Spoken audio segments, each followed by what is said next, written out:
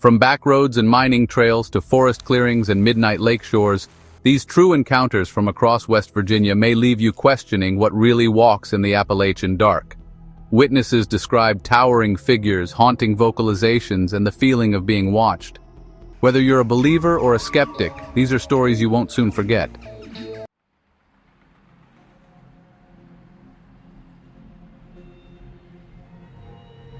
It was a cold, clear night in March 2006 when a woman drove alone north on US 250, just outside Bellington, West Virginia.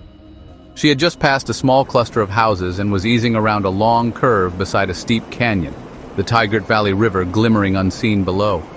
Then her headlights picked up something unexpected standing right on the white line along the shoulder. At first, she thought it was a man tall, lanky, with long reddish hair and an unkempt beard. But as she drew closer, her gut twisted. There were no clothes. The figure was covered entirely in smooth, reddish-brown hair like a horse's mane. Its arms were unusually long, nearly touching its knees, and it stood frozen, unmoving, almost like it was holding its breath.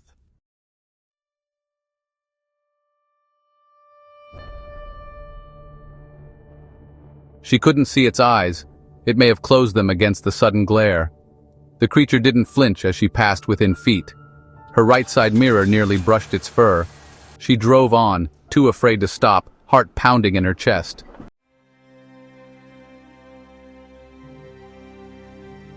Once home, she told her family, but they laughed. Her husband believed she saw something, though he had no idea what it could be. Eventually, she searched online and was shocked to find a similar sighting from the same area on bfro.net. When she told her uncle, a local resident, he admitted to hearing strange howls in those woods for years. He even suggested the creature might live in one of the old abandoned coal mines that dot the steep hillsides, a place dark and hidden, perfect for something that wants to remain unseen.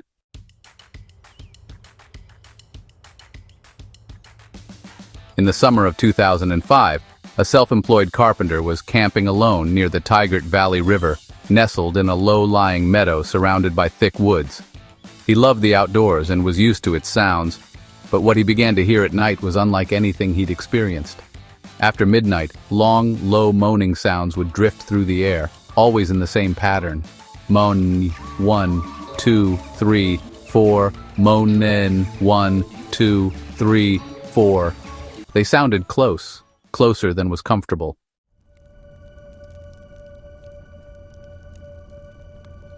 He stayed in his tent, flashlight in hand, but never caught sight of anything. The weather had been dry, so there were no footprints to follow, no tracks to examine. Just the sounds, and sometimes the faint crunch of leaves, as if something large was circling the camp. The area was mostly untouched wilderness, with dense forest, old gas roads, and a creek that led to the river. One neighbor mentioned chickens had been disappearing from time to time. Though he never saw what made the noise, the carpenter left that meadow with the feeling he had not been alone.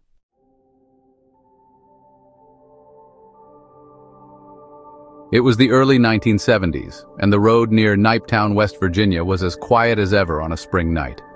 A volunteer firefighter was out driving alone near midnight, not expecting anything more than solitude. As he rolled along the two-lane road, bordered by a farm on one side and an apple orchard on the other, movement ahead caught his eye. Something large, very large, was crossing the road.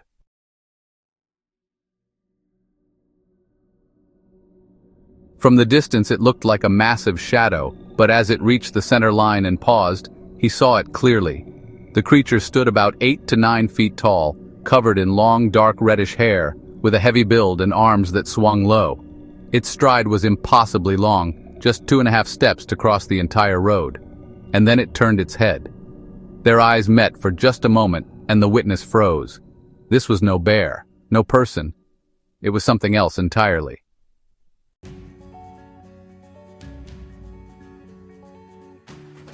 It vanished into the orchard, and he continued driving, stunned and pale.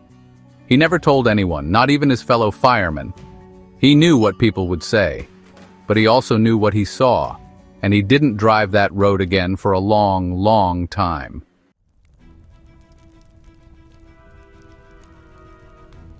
In July 2006, a team of wildlife techs were conducting a late-night survey for Indiana bats near a surface mine in Boone County, West Virginia. It was just another night of checking mist nets and recording data, until something in the woods screamed. At 1:30 a.m. on the second night of their 6-day study, 2 workers heard a loud whooping howl just 30 feet from where they stood. At first, they joked it was someone playing a prank, but when the sound came again, deeper, more guttural, they froze. The woods fell silent. Then they heard it. Something big was moving through the trees.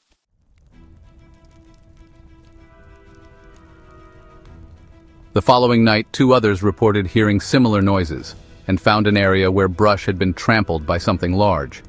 But the final night brought the most chilling moment of all. At 2:30 a.m., the original witness was back at the same location with 2 co-workers. They were relaxed until they heard a single high-pitched whoop nearby. He swung his light and caught it in the beam.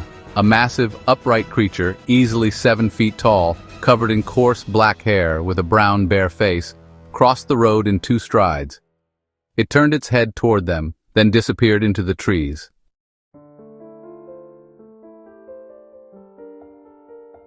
When the others arrived, they found 2 enormous footprints in the mud, far bigger than any human foot, and broken branches trailing away. They packed up that night and left, scared and shaken. But the witness vowed to return, hoping to find proof of what they all saw.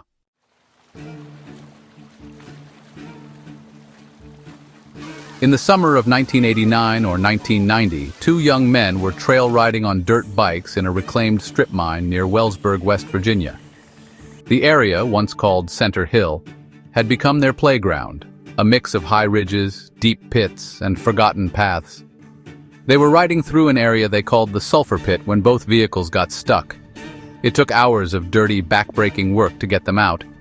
But during that time, they weren't alone. Something was watching from the high wall.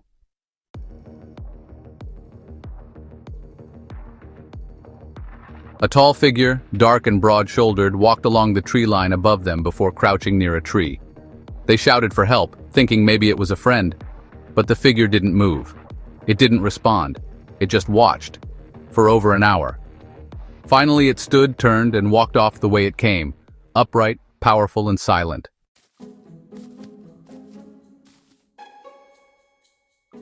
Years later, the same witness returned with his girlfriend. As they hiked, they heard heavy movement and a low growl in the brush. They ran. Later, the friend's mother casually mentioned Bigfoot footprints found on the property.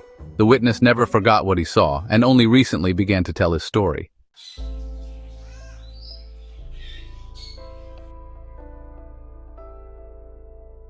The land in Cabell County had been in the family for over 3 decades. But strange things began long before anyone built a home there. Back in the 1970s, 2 men were frog gigging near the creek when they spotted a gray, hairy figure kneeling to drink from the water with its hands. It stood, revealing a man-like form, and ran up the hill on 2 legs. Not a bear, something else.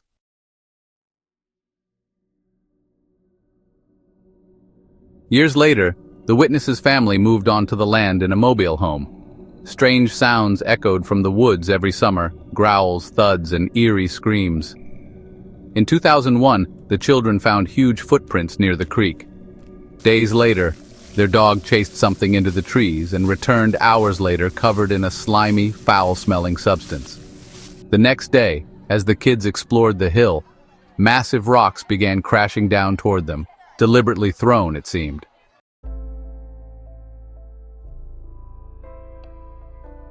Soon after, a loud growl outside the mobile home sent their dogs racing into the trees. The house had been struck in the night before with a force that sounded like a baseball bat against the wall. Even relatives spoke of creepy nighttime walks, whispering that something was in the holler.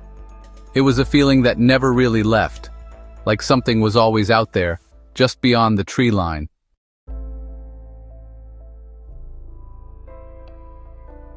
In the summer of 1980, 13-year-old Dwayne and a friend went night fishing at a quiet lake near Huntington, West Virginia. They had been there maybe half an hour when strange voices started rising from the woods. It sounded like a group of people talking loudly, but the words didn't make sense. As he strained to listen, it hit him. They weren't speaking normally. It was like people talking backwards.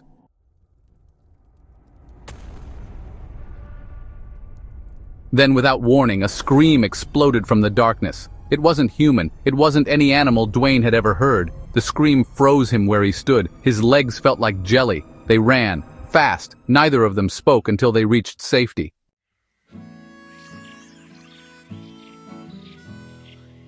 For years, Dwayne convinced himself it must have been an owl or a cougar, but deep down, he never believed that. When he read other reports years later of people hearing similar backward-sounding voices followed by screams, the pieces finally clicked. He wasn't alone, and he wasn't crazy.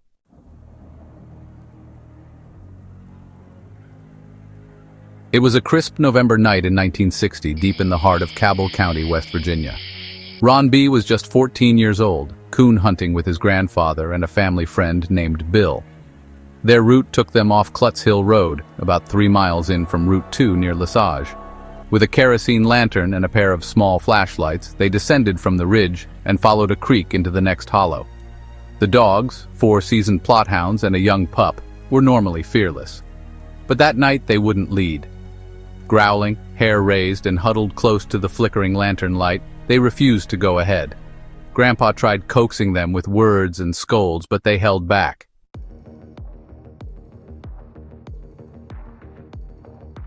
As the group pressed deeper into the dark, steep terrain, an eerie silence surrounded them until it was broken by a sound Ron never forgot. It began as a low, guttural roar, rising in pitch and ending in a screeching, almost human-like wail. "Ah! It cried, 6 or 7 seconds long and deafening. The forest froze. Ron turned to run, only to be blocked by Bill. Grandpa, partially deaf, simply muttered, "What the hell was that?" If the seasoned woodsman didn't know, Ron was terrified to guess.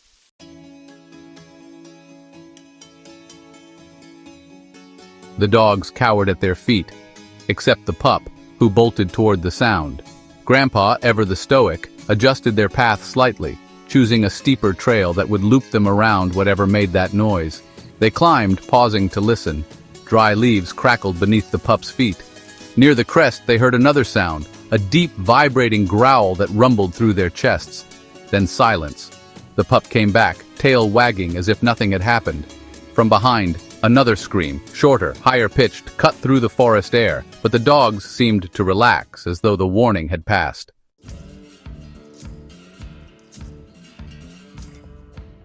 Ron would never forget that night. He'd hunted those woods all his life and never again heard anything like it.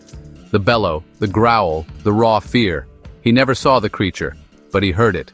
And he believed it was saying one thing: "I'm here. You need to be somewhere else."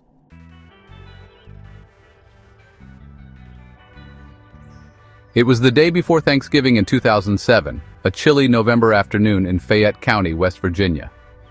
The sun hung low, casting long shadows through the mixed forest near the New River Gorge Bridge. A seasoned hunter, 30 years of experience under his belt, was quietly stationed with his rifle, watching the woods.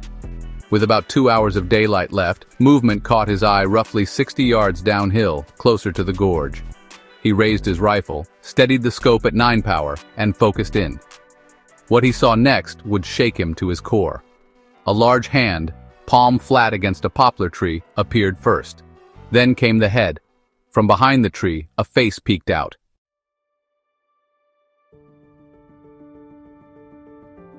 Two enormous eyes locked onto his, blinking slowly. The creature's expression was calm but intensely aware. It had light brown-blonde fur, a wide face with features that seemed strangely familiar, almost cartoonish, like the troll heads once sold on kids' pencils. But it was real and intelligent. The eyes, nearly owl-like around the pupils, didn't look away. They studied him, curious. For about 20 seconds he was frozen, not from fear but shock. He never considered pulling the trigger. "I knew what it wasn't," he later said, "but I had no idea what it was."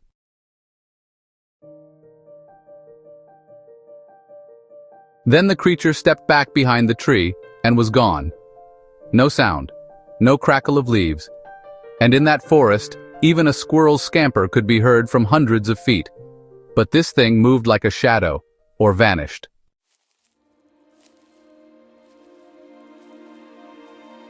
With his heart pounding, the hunter realized he had to pass near that same tree to reach the trail out.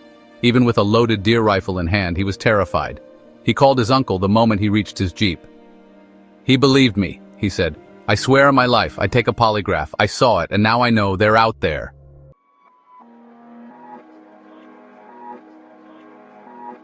In the fall of 1983, two teenage cousins, Jeremy and Tyler, set out for a weekend of hiking and camping deep in the woods just below the New River Gorge Bridge in Fayette County, West Virginia. The leaves were just past peak, a vibrant carpet of red and gold rustling beneath their boots as they trekked toward a secluded overlook known to locals but absent from tourist maps. They were no strangers to the gorge.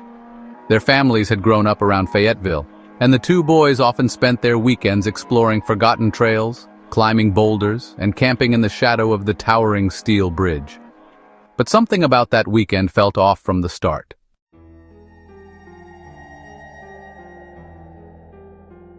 It began with silence. By late afternoon, the woods had gone unnaturally quiet. No birds, no breeze, no sound but the crunch of leaves and the occasional creak of a backpack strap. The boys set up camp beside a moss-covered rock shelf near an old, overgrown logging road. As twilight fell, they built a small fire and cooked hot dogs over the flames, joking about their own bravery and planning the next day's hike down to the river. That's when they heard it. A long, low groan echoed from the forest below, deep and drawn out, like a dying tree groaning in the wind, except the air was still. They froze. Then came a series of deliberate knocks, 2, then 3, spaced apart like a signal. Jeremy whispered, "Woodpecker?" But they both knew better.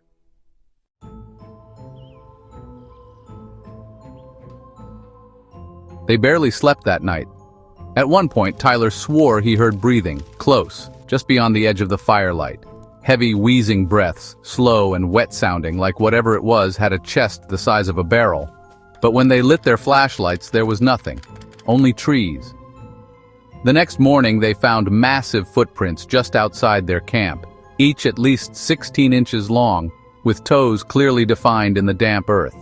One of the prints was partially overlaid with a second. Whatever made it had been standing there, shifting its weight, watching them.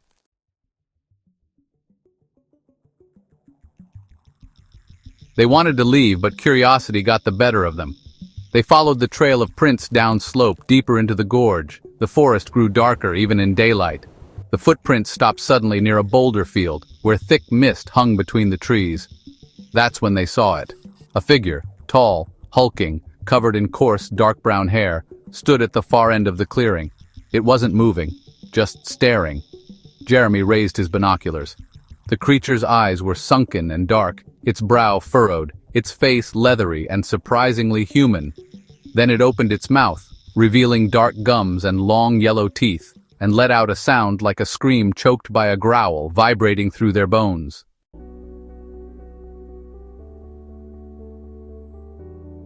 They turned and ran, hard. The woods erupted behind them, twigs snapping, rocks tumbling. Something was following, but never quite close enough to see. It was like it wanted them scared, like it was enjoying it.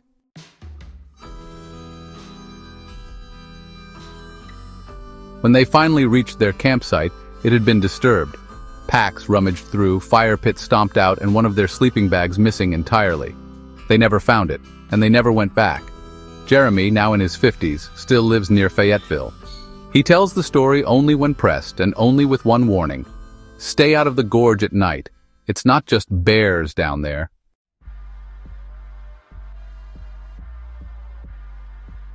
Thanks for watching. If you enjoy eerie encounters and the unexplained, be sure to subscribe, leave a comment, and share your own stories and where you are from. Stay curious, and never ignore what's hiding in the